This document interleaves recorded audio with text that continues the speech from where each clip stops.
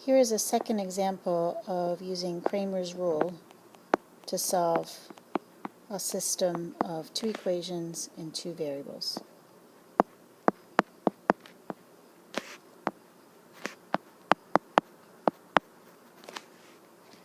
We're going to solve 2x plus y equals 1.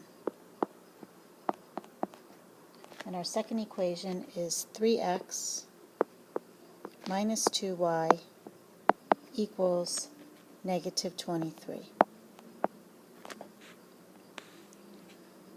First thing you want to do is create your coefficient matrix. Remember, we're going to call that A. So A equals, and in our matrix, we're going to put the coefficients of our first equation on the first line, first row. So we have a 2 and a 1. And in our second row, the coefficients of our second equation, so 3 and negative 2. Alright, so remember, first row, cross coefficients of first equation. Second row are the coefficients of your second equation. You can also look at it as the first column right here. These are the coefficients of your x variable, and the second column, these are the coefficients of your y variable. And you want to keep track of that because remember, we're going to make a substitution. Second step is we need the determinant of A.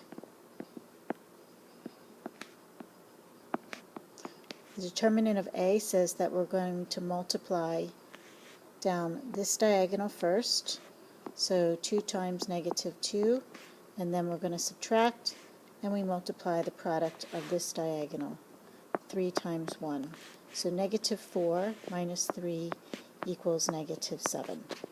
Since our determinant is not equal to 0, so negative 7 is not equal to 0, this means that we have a point of intersection. Now we have to find it.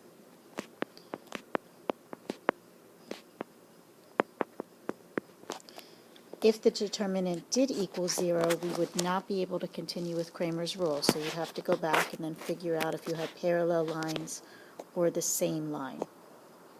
Next step, we're going to solve for x. To solve for x, you're going to create a fraction, and in that fraction the denominator is the determinant of A, so that's negative 7 in our case. And then you're going to create a new determinant that's going to go up here in the numerator. You have to refer to your coefficient matrix, which is down here. Since we are going to solve for x, we are going to replace the x column with the values that are the constants, so with the 1 and the negative 23. So remember, this is a bit counterintuitive. Since we're solving for x, you might want to keep the values in the x column. That's not what we want to do. We're going to solve for x. We're going to keep the values in the y column. So we're going to keep the 1 and the negative 2, but we're going to replace the x column with the 1 and the negative 23. Using the rules for the determinant again, we have in our numerator negative 2 minus negative 23, in parentheses here, all divided by negative 7. Negative 2 plus 23 is 21, so 21 over negative 7 equals negative 3. So this is our x value. Right, I'm going to erase a little bit of space so we can stay here on this page. And now we're going to go find the value for y. There we go. Alright, so let's solve for y. We create another fraction. The denominator of that fraction is negative 7. That was our determinant. We're going to put a new determinant in the numerator here.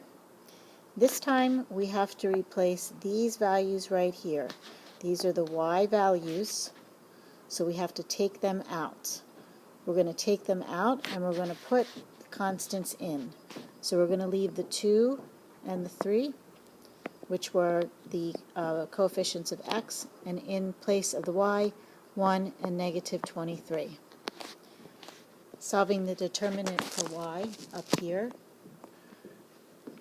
you're going to have negative 46 minus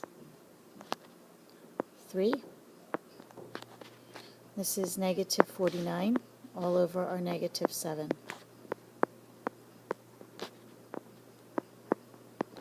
Which means that our y value is 7. So our ordered pair here, our solution to our equation, is our x value is negative 3 and our y value is 7.